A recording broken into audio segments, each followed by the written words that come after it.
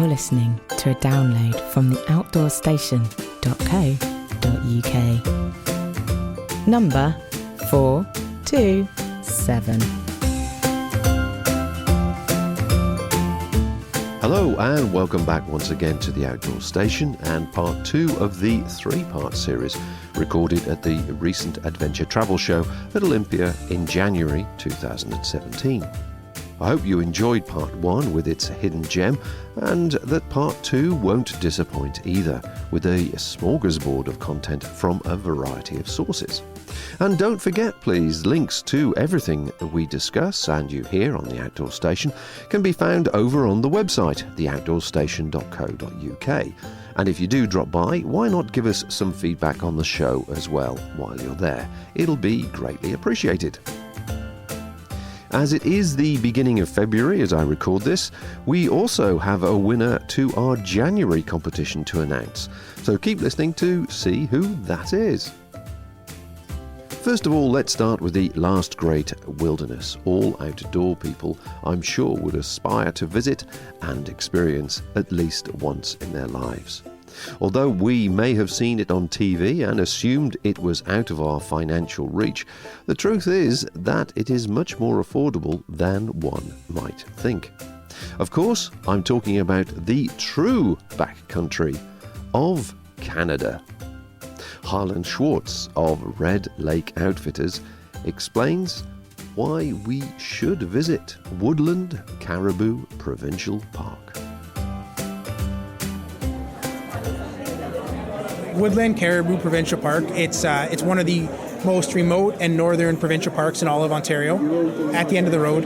What we offer is 1.2 million acres of wilderness without any development.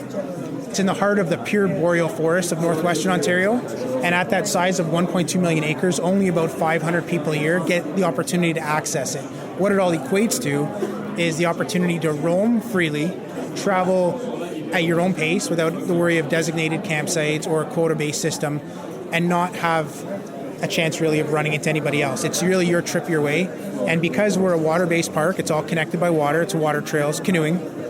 As everything is connected, you could have a 5 or 6 or a 10-day journey. You can decide on your start and exit strategy points and not even know how you're going to get there. But because everything's connected, you can play choose your own adventure and you can change your route midway. It's really all about flexibility. From a bushcrafting standpoint, with whether it's Paul Kirtley or Ray Mears or other bushcraft personalities that have come up and used our area, our landscape being the Prairie Boreal, being a fire-driven jack pine and black spruce area, lends itself so well to practicing bushcraft skills, whether it's shelter making or fire making, friction fires, or just observing the natural state. You're in an area of true wilderness that hasn't been spoiled yet. Very intimate locations on lakes, smaller lakes, very intimate campsites, where when you pull up to a campsite location, it's not impacted. You won't see compacted soil. You're going to see fresh deadfall or lush green, leprechaun-filled moss. It's truly an area that is as wild as you can get. So is this area in Canada unique as regards a national park? So it's a provincial park. So it's within the Ontario park system. What's unique about it is it's not quota-based, meaning they don't monitor how many people are coming in and out, and they don't have a designated campsite system. So what's really unique about it is it gives the flexibility to the traveler, where you can wake up in the morning and have no idea where you're going to get to that day. So it's your trip, your way, ultimate flexibility. You can stop anywhere. You can make a camp anywhere. You can light a fire anywhere. You can make it your trip, your way. Obviously, an incredible investment in time to come over from the UK into Canada to visit one of our areas like this. What you're rewarded with for the finances that you put out and for the time that you put out is the ultimate flexibility to be kind of your own king for a week or two. And just travel at your own pace and do anything that you want to do. And it's very rare. So your pictures here, a beautiful range of pictures. Tell me about some of the wildlife that one could experience. Say you came over for a 3 or a 5 day trip, or you added a 3 or a 5 day trip to your time while you're over in Canada. What could you experience in that time realistically? Sure. So we work with our clients to understand exactly what their needs are and then provide route options based on what they want to experience. So you customize each trip? We customize each trip to each individual group of clients. for those that want to see the wildlife, whether it's woodland caribou, which we actually have the largest remaining population of in all of northwestern Ontario, majestic animals. If you want to see woodland caribou or moose or great gray owls or wolves, we can provide you with access to the areas that have the highest densities of these animals depending on the season. So in the spring, we can put you in one area to see caribou, but if it's the fall time and you want to see wolves in their natural setting, we're going to put together a route package that's going to show you a journey that's going to hedge your bet in good favor to see those wolves in their natural environment, howl out to them, have them howl back to you. It's a really cool experience. In this day and age, obviously everybody thinks about safety. So if somebody was considering taking over a young family to the area, so what parachutes do they have? What sort of safety element do they have to consider? We operate obviously safety first, so we brief all of our clients and go through obviously a number of checklists. We offer every one of our clients Iridium satellite phones, brand new each year. We have top-of-the-line equipment. You'll have a satellite phone. Not that it's something you should rely on, but it's a tool that you can use. We also have spot locators that we give out, so if they want to let people back home know where they are, they can track their progress every day. In terms of our safety plans when things go wrong, or if people are late for a pickup, or if something happens, breaking a leg, for example, whatever, we have 3 aircraft at our disposal, float planes, 2 de Havilland Beavers, 1 Cessna, and within minutes of getting a call that there's a problem, we can be in the air, taxiing down that lake and getting to them and then providing whatever first aid is necessary. So in terms of having satellite phones, having the infrastructure in terms of the aircraft and trained staff, I think that we can operate as safe as you could possibly get, given that it's a very remote backcountry setting. Well, part of the appeal is the fact that it is remote and backcountry. Absolutely. But it's a question that people have to think about these days. So, final question, because I'm sure people as they're listening to us, they start to think this is going to be really, really expensive as a way to enjoy such a unique place. Can you just give me an idea of prices, what it would be for 2017 for 1 or 2 people to come out for a few days? Sure. So for 2017, prices for packages start at $1,295, and they move up US dollars. US dollars, $1,295 up to about $3,200 US dollars. That includes everything once you get into Red Lake, which is where we're based out of. Float planes, meals, accommodations. It's a whole package. We want to see people come. Given the remote nature of the trip and the access to the resource that you're going to get, we feel it's very aggressively priced. We want to see people come and experience Ontario and this incredible wilderness park. So for people considering actually coming from the UK and actually wanting to include the price of the flight as well, you've teamed up with some people to organise some good offers, I see. We have, and starting with Windows on the Wild, who's our partner here in the UK, prices start from £1,140, all in, including international flights, all the way up to about £3,000. Depending on the type of experience you're looking for. So something for everyone, but our $1,140 or £1,140 package gets you seeing wolves, howling to wolves, gets you into this incredible backcountry, and starts you off with an incredible adventure.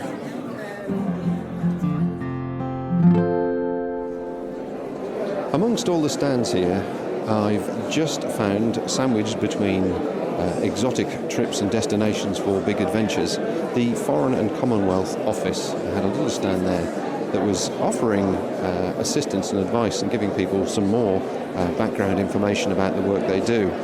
Now, obviously, as it's a government office, they weren't available for comment, but I did have a very good conversation with them, and they explained 1 or 2 stories which are relevant to people perhaps considering going to areas which are slightly more dangerous, shall we say, at this moment in time. As it happened, the team there were from the terrorism department, which made things even more interesting. And a few stories that they did tell me would make the proverbial toes curl. However, the main thing that they wanted to get out and get across at this particular show was to remind people that just because somebody advertises an adventure in a destination which is exciting, it doesn't necessarily mean that it is, they would advise, safe with the information they have to hand. An example, a poster they had on the wall was an incident that happened last year in Kabul, where a group of tourists were on a tour.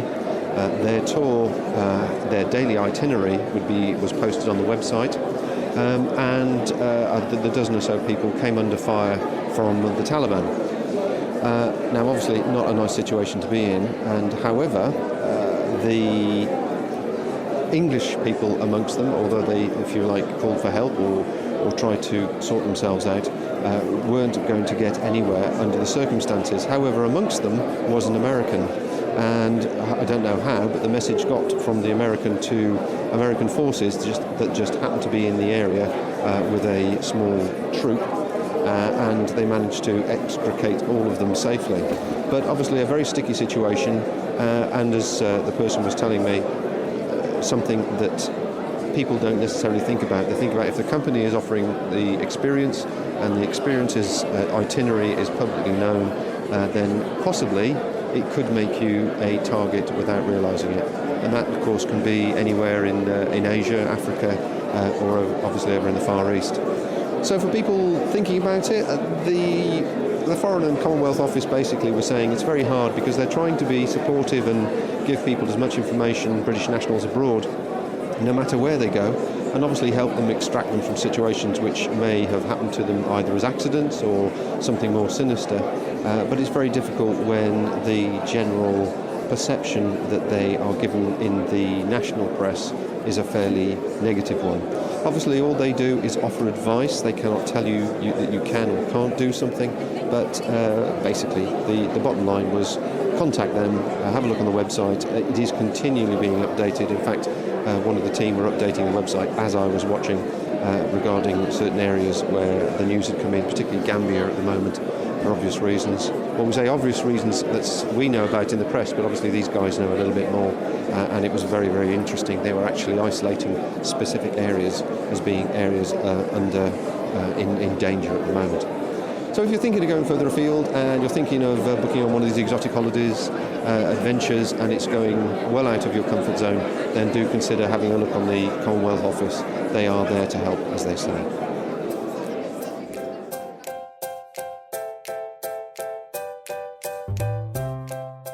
For the last 3 months, we have been running a competition to win over £150 worth of great outdoor kit each month. All the entries have been compiled, so let's see who has won the January 2017 competition.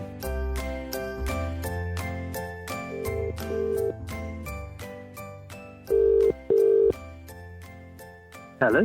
Hello, this is Bob calling from the Outdoors Station. Who am I speaking with, please? Speaking to Rob. Yeah, hi there. Rob, it's a very quick one. You entered the Outdoor Station competition in January and need to answer the question. In Sleeping Beauty, the princess was saved from the curse of endless sleep. By what? A frog, a donkey, or a prince? A prince. Oh, well, congratulations. Thank you very much. You have won a superb range of lightweight sleeping equipment. Thank you. Fantastic. Brilliant. Very well. Handy, actually, because we're just about to start a campaign of wild camping every month of the year. So, me and my wife. So, oh, excellent. Fantastic. So, is your wife going to get the luxury camping equipment or sleeping equipment, or yourself?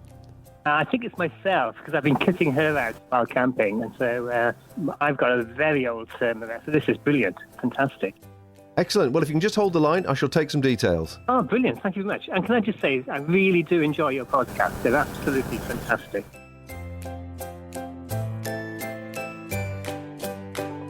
Now, I mentioned hidden gems at the beginning of the show, and here comes another. The Globetrotters Club, a friendly group of like-minded travellers who seek to explore the world and share their experiences in a social network. They were tucked away in the communal area, chatting to whoever would stop for a moment when passing by for a chat. There was no commercial angle, no hard sell, just sharing their passion for travel and letting people know about the group in general, what they do and why. Paul Roberts from the group tells us more. We're a club for independent-minded travellers. We've been going since 1945. It's a social club. We have meetings in London and a group in Chester. And the meetings consist of, we have 2 or more speakers. So if it's 2 speakers, it's 2 40-minute talks. And there's free tea and coffee in the interval, and a chance for people to ask questions and socialise. And we also go to a local pub after the meetings, and people go out for a meal afterwards and stuff like that. Okay, so we hear about the meal and the pub and the coffee. Right. Now let's talk about the Globetrotters Club. Okay, so first of all, is it a commercial enterprise? Let's get that straight. Okay. No, we're not a commercial enterprise. We're a company limited by guarantee, so that means the members, if anyone sues the club, the members are only liable for £1. So you can't get into any trouble there, because some clubs have got into trouble. Oh, really? Yes. Okay. So, and membership is the extortionate fee of £10 a year? It's, £10. It's £30 for 3 years. It's £12 for 1 year. Okay. So it's from £10. From £10 a year. All right, you're doing the good sales pitch here. So, give me an example of your typical member then. Tell me about them. From our members are from 30 up, people who like to travel independently, not on tours so much. Maybe they go with one of the more adventurous tour groups sometimes, but it's people who sort of organise stuff themselves and independent travellers. And get off and go on their own. And so are we talking on a shoestring, or are we talking people that are very affluent? On a shoestring, really. Yeah. I think not affluent, maybe, but they used to say it was a club for people with anemic wallets back in the day. Okay, well, I think the audience will understand that joke, certainly. So you're a volunteer organisation with very minimal fees that seeks to support and promote general travel. So is it just the destination that's important, or the actual journey, or the meeting people? What do you sort of support? What do you promote? It's the journey and meeting people, I think, that sort of thing. And then the information that's shared at these meetings, then, is it practical, as in this is how to get from A to B and this is how much it costs, or are we talking about the experience to Andalusia was absolutely fantastic because? Both, really. I mean, people ask questions and people will put their hand up and say, oh, I know about that, and then they'll get together and have a little chat. So it could be the experience, or how do you know what time the buses go from this place? Sometimes people do, sometimes they don't, but maybe they know where you can find out, that sort of thing. Okay. Well, you've got a list here of previous speakers, some of which are extremely well known, and obviously there's a lot of information floating about. Regular meetings in London and in Chester. Obviously, I'll put the links to the website on the podcast as well, so people can look you up. Is there anything else that you feel my listeners should know? Yeah, we produce a quarterly magazine called Globe, which is 24 pages, colour. It's downloadable from the website as a PDF that people can either read it on an iPad or print it out and read it. And it's full of stories by members, tips and advice, that sort of thing. Excellent. Well, I'm sure it'll appeal to all my members with anemic wallets. Thank you very much. The home of UK-based audio and video podcasts for outdoors people everywhere. If you have any feedback, questions or suggestions, why not drop us a line, either on Facebook or directly to our email address, info@theoutdoorstation.co.uk. At the Adventure Travel Show, one face that you will have heard me speak to earlier on last year is Dave Cornthwaite from Yestival. We spoke about his forthcoming event just before it happened in October, regarding getting people together that wants to feel more positive about life and doing things. And I'm fortunate to corner him now between talks to ask him actually how it all went. It went brilliantly, thankfully. Our first ever Yestival was in October 2015, and we had 200 people. First festival myself and my brand new team had ever organised. So a year on from that, in October 2016, we doubled in size, but still managed to keep this a really nice kind of intimate atmosphere across the field. We had a number of speaking tents, and there were always 4 speakers going on at any given time. And although our philosophy is, I guess, innately positive, think positive over negative, whatever the situation, and it's mainly based around just having a community of people who want to make more of life, and that means a different thing to everybody. So all of our speakers come together and they've all got great stories and a brilliant way of translating them. It was a really magical weekend, actually. I have seen some of the social media that came from it afterwards. I sort of kept an eye on it for a while and saw various people. And it all looked very, very casual, just a basic stage really, and whoever was presenting were telling their story to a packed tent. Yeah, it's really, really relaxed. We don't pump a lot of money into it. We don't earn a great deal from it either. In fact, we only just broke even, which isn't bad, I hear, for a second festival. Absolutely. The stage is, it's a few blocks of staging, but we turn it into a living room. So there's a sofa and a lampshade and a bookshelf, and it's a really homely atmosphere. And I think what we've managed to do really well is take 400 people in the case of last year and make everyone feel very at home, where they're happy enough to be vulnerable and talk about the things that they're actually being challenged by in life, as well as the dreams that they have, if you like. And that's really important. And as a result, it means you open up about anything you're challenging. You find out that everybody else is usually finding the same challenges in life. So people slowly start nitpicking their way through those, and then I guess they're a little bit more empowered to go off and do a big adventure or quit that job that is sucking their soul, or set up a bakery, do something new. I think a lot of the times in situations like that, it's about what's stopping you doing something, not what you want to do almost. And it's getting rid of the negatives to release the positive. Absolutely, and this is what we focus on. We focus on the doing. We're a community of doers, and regardless of how you're feeling or what your normal antics are, when you come along to the first gathering, whether it's a night of adventure or a day of converting our bus into a co-working space, or the Yestival, then you realise suddenly you're just amongst like-minded people who like do stuff. And when you're surrounded by people who don't use those excuses that are so easy to come up with in life, it makes you use them less too. Very good philosophy. Now, I understand you're running it again next year, and you're increasing the size slightly, but you're obviously setting yourself a limit now. Yeah, I really want to cap it at 500. I think with that we can still have a really kind of intimate weekend, but at the same time it's big enough to make it worthwhile for everybody. We only just launched tickets at 1 minute past midnight this morning. Oh, really? So we launched 125 early bird tickets at £125 each, and I think we've sold over 100 already, which is incredible. We're not quite Glastonbury yet, but as soon as they go, then we've got another 375 tickets at £160. But we've also got day tickets and family tickets as well. We've got a place called Dream Camp in the corner of the festival, which is all for parents and kids, and we get a lot of overlap between the two as well, so it's really nice. Did you do any research on where people came from as a matter of interest? Did you find they're all local to the event, or had they travelled some distance?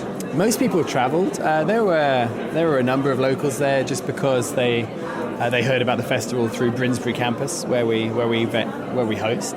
But the Yes Tribe now has over 3,500 members.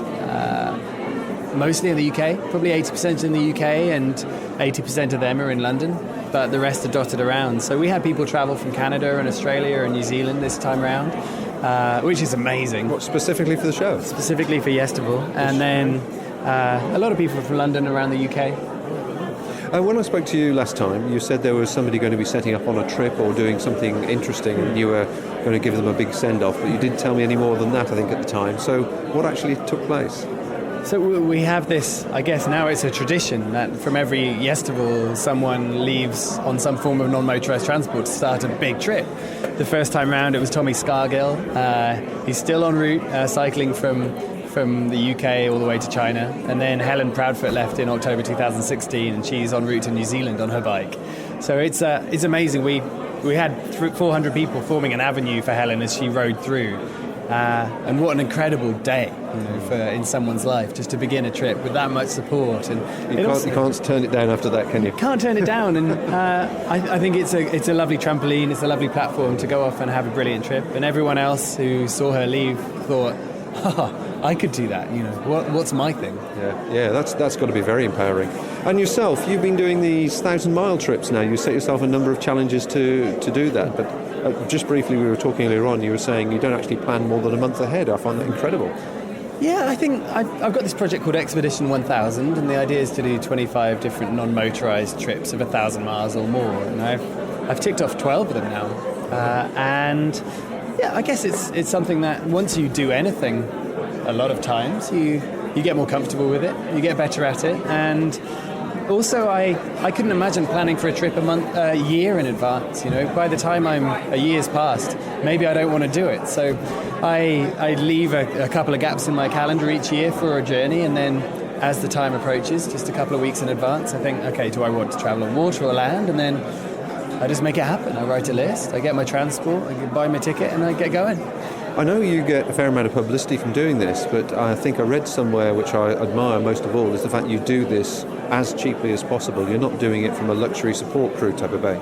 Oh my goodness, no. I mean, having a support crew is a pain in the ass at the best of times, and I really try and keep these things simple. I usually haven't ridden my mode of transport before I start the trip, so I just work it out in the first couple of weeks. Fitness grows, and then you can cover more ground. And each trip, on average, is less than £1,000 in cost. So, I mean, I've travelled over 20,000 miles under my own steam in the last 10 years, but I've spent 598 of those days on the road doing those trips. So, you know, that's 2 years out of 10. So it's a relatively small fraction. So anyone can get off and do this stuff. It doesn't have to be pricey. You don't need all the gear. It's more a mentality thing. And I like saying yes. Nothing really scares me. And I learned that. I wasn't always that way. I just learned it because I went out and did stuff. Dave Cornthwaite, the ultimate yes man. So do drop by theoutdoorstation.co.uk for direct links to cyclists Tommy Scargill and Helen Proudfoot to see how they're getting on. Maybe we'll be able to catch them at some stage and get them on the show one day soon. All the other links are there too, and any other relevant information I can think of. My thanks to everyone who took part in the show. In part 3, we have a full interview with the fascinating and well-known and much respected Cicerone Press author Kev Reynolds. So do drop by next week to hear more then. Until that time comes, take care in this wet and windy February, and bye for now. Thank you for listening to this podcast. To hear or see more from our extensive free library, please visit theoutdoorstation.co.uk.